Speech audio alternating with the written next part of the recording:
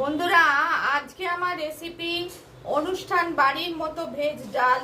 প্রথমে মুগ ডালটাকে ভালো করে শুকনো কড়াইতে আমি নেড়ে নিলাম। তারপর ভালো করে ধুয়ে মুগ ডালটা নুন হলুদ দিয়ে সেদ্ধ করতে বসালাম। অন্যদিকে কড়াইশুঁটি, গাজর আর ফুলকপি একটু তেলে রিফাইন অয়েলে ভেজে নিলাম। ডাল সেদ্ধ হলে জিরে, তেজপাতা, শুকনো লঙ্কা, গরম মশলা ফোড়ন দিয়ে ডালটা দিয়ে তারপর সবজিগুলো দিলাম। টমেটো দিলাম, আদা দিলাম, নুন মিষ্টি পরিমাণ মতো দিলাম। তারপর কাজু আর কিশমিশ তৈরি হলো অনুষ্ঠান, একটুখানি ফুটিয়ে নিলাম। তৈরি হলো অনুষ্ঠান বাড়ির মতো ভেজ ডাল। শাহি গরম মশলা আর একটু জিরে গুঁড়োও দিয়েছিলাম।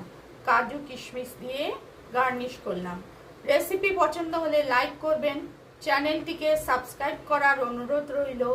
অনুষ্ঠান বাড়ির মতো ভেজ ডাল রুটি, পরোটা বা ভাতের সাইড ডিশ হিসেবেও ভালো লাগে। আপনারা তৈরি করে দেখতে পারেন।